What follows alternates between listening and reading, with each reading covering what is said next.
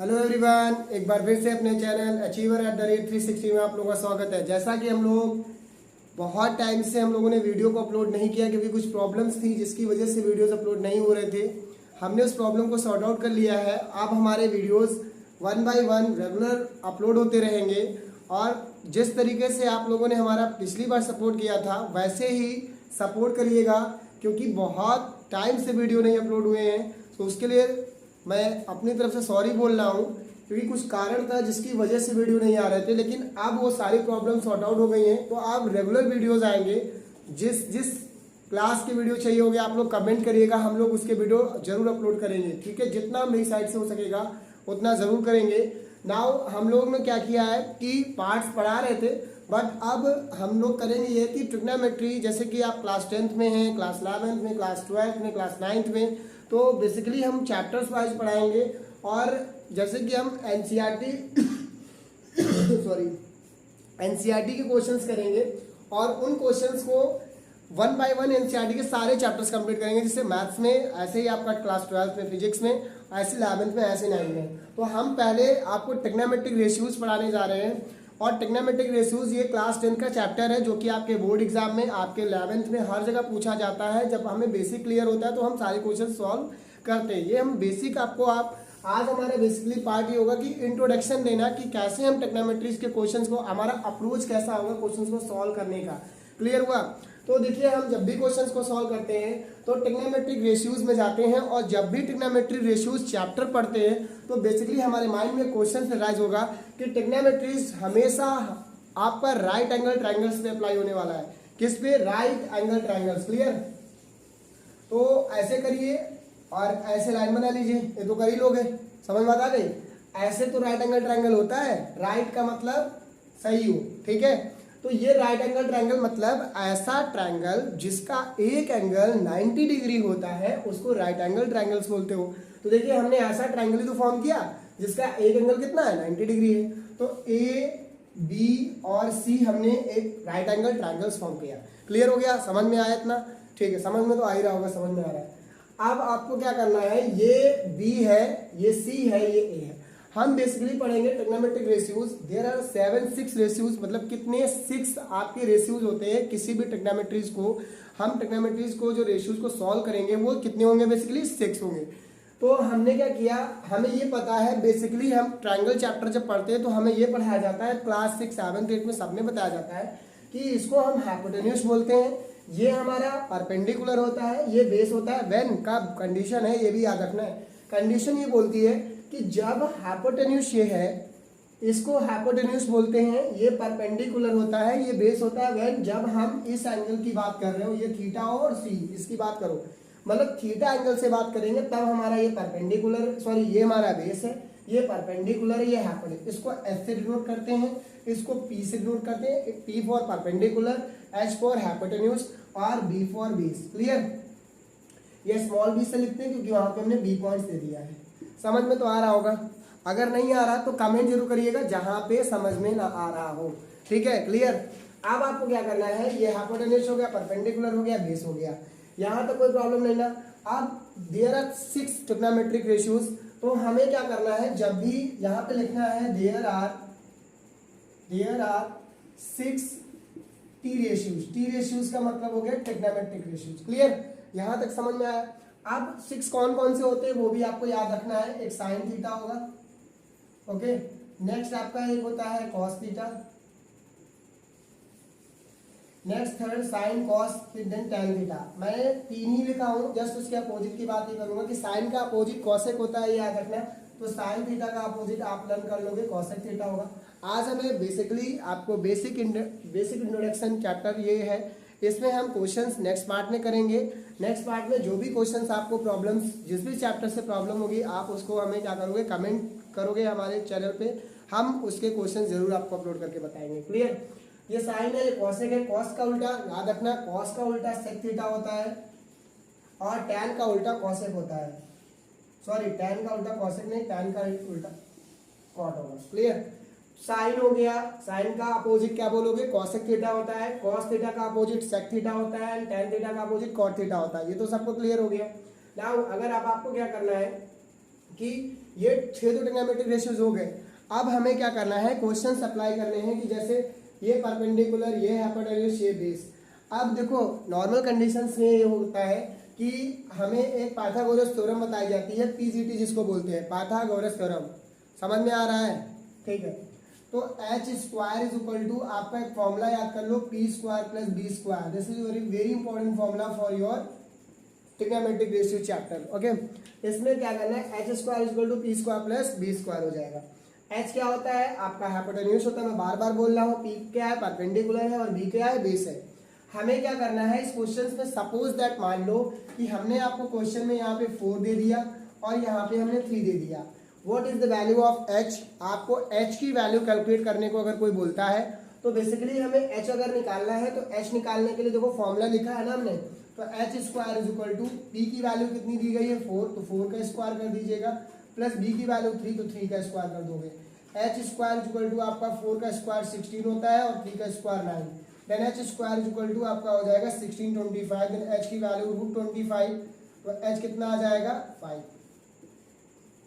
अब ये तो समझ में आता ही होगा कि 5 कैसे आया, वो तो हम बचपन में पढ़ के ही आए हैं, ये तो समझ में आ रहा होगा ना। तो एच की वैल्यू कितनी हो जाएगी 5 सेंटीमीटर। ऐसे हमें बहुत सारे क्वेश्चंस, आप बुक्स खोलोगे तो आपको दिखेंगे, क्वेश्चंस हम करेंगे। तो ये बेसिकली हो गया। अब इसमें हमें क्या करना है, क्वेश्चंस को कैसे हम फॉर्मूला अप्लाई करेंगे। तो बेसिकली हमने एक फॉर्मूला आपको बताया कि हमने फॉर्मूला भी बेशक नहीं बताया, हमने बोला 6 ट्रिग्नोमेट्रिक रेशियोज हैं। आपने कहा कौन सा, sine, cos, tan, cosec, sec and cot. मैं जब भी बोलूंगा साइन थीटा, तुम कहोगे, मैं पूछूंगा साइन थीटा का अपोजिट क्या होगा, आपको आंसर बोलना है कॉसेक थीटा। मैं पूछूंगा कॉस का अपोजिट क्या होगा, तुम कहोगे सेक थीटा। टैन का अपोजिट में पूछूंगा, आप लोग क्या बताओगे, कॉट थीटा। क्लियर? अब एक चीज देखो, ये फॉर्मूले सारे आप कॉपी में नोट्स बनाओगे और लिखोगे sine theta is equal to, आपको बोलना है 1 upon cosec theta. Clear? Sec या cos theta is equal to, आपको लिखना है 1 upon sec theta. Okay, tan theta is equal to, आपको बोलना है 1 अपॉन का कौन सा, कॉट थीटा। ये फॉर्मूलेज हैं जो कि हमें क्वेश्चंस पे बहुत अच्छी तरीके से सॉल्व करने को सिखाते हैं। Sine theta is equal to 1 by cosec theta, cos theta is equal to 1 by sec theta and tan theta is equal to 1 by cot theta. Clear? अब देखो क्या होता है, अगर मैं आपसे बोलूंगा sine theta into cosec theta is equal to what, तो आपको बोलना है 1। Sine theta into cosec theta की वैल्यू कितनी होती है, 1 होती है।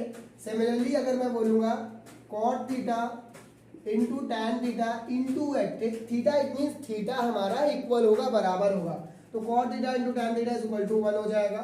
Sign cosec cot tan, next क्या बचता है हमारा, साइन हो गया, कॉसेक हो गया, कॉट हो गया, टैन हो गया। अगला क्या हमारा टर्म्स आएगा, sec theta into cos theta, ये भी आपका 1। तो ये फॉर्मूलेज हैं जो आपको मैं बार बार लिख दे रहा हूँ, बॉक्स में लिख के बता रहा हूँ, याद रखना। समझ में आ रहा है तो बहुत मारूंगा, ठीक है, समझना है। ये मेरा जनरली एक डायलॉग है जो मैं क्लास में जब भी बच्चों को पढ़ाता हूँ तो बच्चे बोलते हैं कि ये आप बोलते रहते, तो मैं यहाँ पे भी बोल रहा हूँ, समझ में आना चाहिए ना, बहुत मारूंगा, ठीक है। तो ये आपको याद रखना है, बहुत मारूंगा, ठीक। तो sine theta cosec theta is equal to 1, cot theta into tan theta is equal to 1 and sec theta into cos theta is equal to 1। Clear? ये आया समझ में? तो बेसिकली ये फॉर्मूले, और भी फॉर्मूले हैं, मैंने आपको इतने फॉर्मूले लिखे, पॉज करके आप नोट करिएगा, देन नेक्स्ट टाइम, ठीक है। नेक्स्ट टाइम का मतलब नेक्स्ट फॉर्मूला, इतने फॉर्मूले अगर लर्न है तो अभी क्वेश्चन सॉल्व करते हैं। नेक्स्ट और फॉर्मूला लर्न कर लो, sine theta by cos theta अगर कोई पूछेगा तो आपको टैन थीटा, ये रेशियोज फॉर्मूले होते हैं, मतलब साइन बाई कॉस का जो भी तुमसे कोई पूछे तो टैन थीटा बताना है, और कोई पूछेगा cos theta by sine theta तो आपको कुछ नहीं बोलना है और बोल देना है कॉट थीटा। क्लियर? ये भी फॉर्मूला हो गया। समझ में आ रहा है? नहीं समझ में आ रहा है? इधर देखो, समझ में आ गया? तो sine by cos is equal to tan theta and cos by sine is equal to cot theta. तो ये फॉर्मूलेज हैं, और भी फॉर्मूलेज अभी बताते हैं। जितने ज्यादा फॉर्मूलेज आपको ट्रिग्नोमेट्रिक रेशियोज में समझ में आते हैं वो आपको सारे याद रखने हैं, क्योंकि देखो नेक्स्ट है sine square theta plus cos square theta is equal to 1। ये फॉर्मूला आपको याद रखना है, वेरी इंपॉर्टेंट फॉर्मूला है। Sine square theta plus cos square theta is equal to 1। Now अगर हम एक चीज लिखते हैं, एक मिनट रुकना, ठीक हो गया। अगर मैं sine square theta plus cos square theta equal to 1 बोलूं तो ये तो मेरा पहला आइडेंटिटीज फॉर्मूला है, ये मेरा पहला आइडेंटिटीज फॉर्मूला है। अगर मैं इसी फॉर्मूले से बोलूं कि मुझे दूसरा फॉर्मूला डिराइव कर दो, देखना ये मैं इसको इक्वेशन फर्स्ट मानता हूं, तो डिवाइड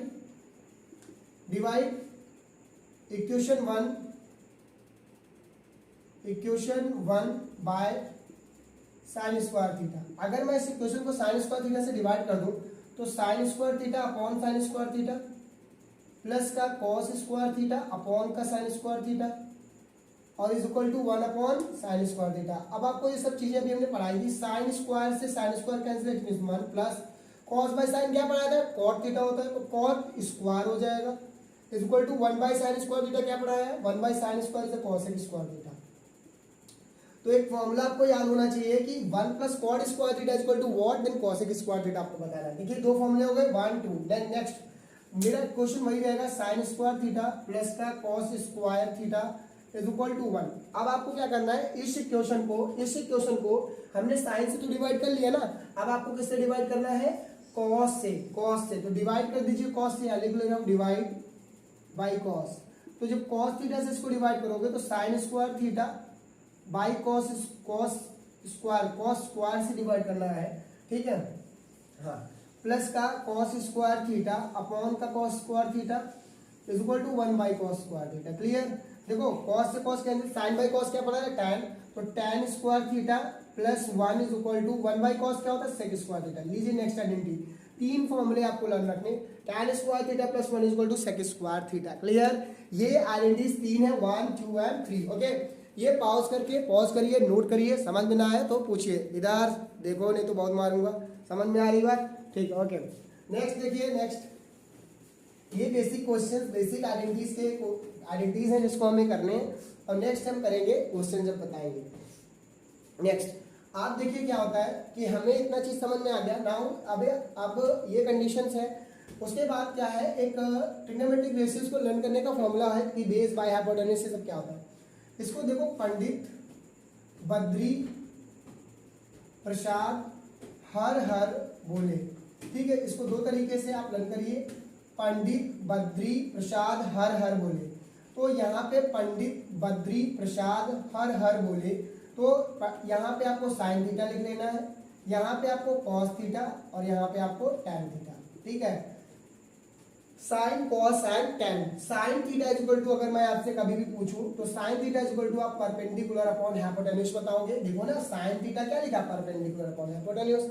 कॉस थीटा अगर कोई तुमसे पूछेगा तो cos theta base upon hypotenuse. Clear. और अगर टैन थीटा कोई आपसे पूछता है तो टैन थीटा आपको बताना है perpendicular upon base. Clear. Now इतने फॉर्मूले हो गए। अभी मैंने आपको यही तो पढ़ाया था, साइन थीटा जो होता है वो कॉसेक थीटा का अपोजिट होता है। इट मींस कॉसेक थीटा अगर आपसे कोई पूछता है तो कॉसेक थीटा को जस्ट अपोजिट साइन का, तो अगर साइन परपेंडिकुलर अपॉन हाइपोटेन्यूज है तो कॉसेक का अपोजिट h अपॉन p हो जाएगा। नहीं हो जाएगा, cosec theta h upon p हो जाएगा। सिमिलरली साइन मुझे पता चल गया कॉसेक, अगर मुझे कॉस थीटा पता है बेस भाई, तो सेक थीटा अगर कोई आपसे पूछने आया है तो सेक जस्ट अपोजिट कॉस का, तो कॉस है b बाई एच तो सेक हो जाएगा h by B. Clear. Now next, tan perpendicular by base है और आपसे कोई कॉट थीटा पूछेगा तो बेस बाई परपेंडिकुलर बताओगे। क्लियर। तो ये देखिए 6 ट्रिग्नोमेट्रिक रेशियोज के हमने फॉर्मूले बता दिए कैसे लिखना है। पंडित बद्री प्रसाद हर बोले, या फिर पाकिस्तान भूखा प्यासा हिंदुस्तान हरा भरा, ऐसे भी आप लर्न कर सकते हो। ये हमने 6 ट्रिग्नोमेट्रिक रेशियोज आपको क्लियर कर दिए कि कैसे आप इन ट्रिग्नोमेट्रिक रेशियोज को कर सकते हो। समझ में आ गया। नेक्स्ट पार्ट में हम एनसीईआरटी के 8.1 एक्सरसाइज के सारे क्वेश्चंस कराएंगे। ये फॉर्मूले आप जरूर लर्न कर लीजिएगा, क्योंकि अगर फॉर्मूले लर्न है तो आप जरूर क्वेश्चंस को सॉल्व करोगे। और इधर समझ में आया है ना, मैं तो बहुत मारूंगा। ठीक है ओके, मिलते हैं नेक्स्ट पार्ट में। कैसा लगा ये हमारा इतने दिन के बाद वीडियो बनाया है, और जरूर इसको शेयर और सब्सक्राइब करते रहिए। Good bye, okay bye, take care.